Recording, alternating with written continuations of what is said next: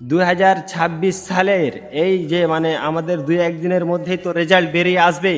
তো যে আসুক না কেন তাকে আমার অনুরোধ রইল যে আসসালামু আলাইকুম। উত্তর দিনাজপুর জেলার করণদিঘি থানায় রসাখোয়ায় আমাদের একটা হসপিটাল চাই।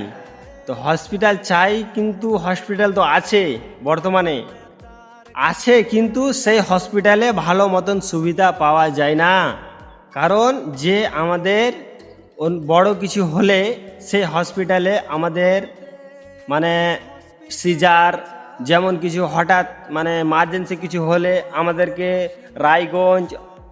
রায়গঞ্জ কিংবা ইসলামপুর আর অন্য কোনো জায়গা নিয়ে যেতে হয়।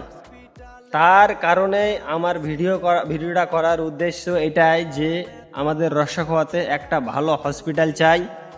আর 2026 সালের এই যে আমাদের 2-1 দিনের মধ্যেই তো রেজাল্ট বেরিয়ে আসবে। তো যে আসুক না কেন তাকে আমার অনুরোধ রইল যে এই বিষয়টা নিয়ে মাথা একটু লাগিয়ে এগিয়ে যায়, এটাই অনুরোধ রইল। আর তোমরা ভিডিওটা বেশি বেশি করে একটু শেয়ার করো।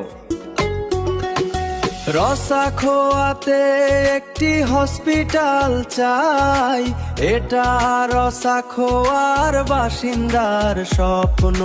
রসাখোয়ায় একটি ভালো হসপিটাল হয়, সেই হসপিটালে জানে সিজার হয়। এটা নেতার কাছে আশা করি ভাই।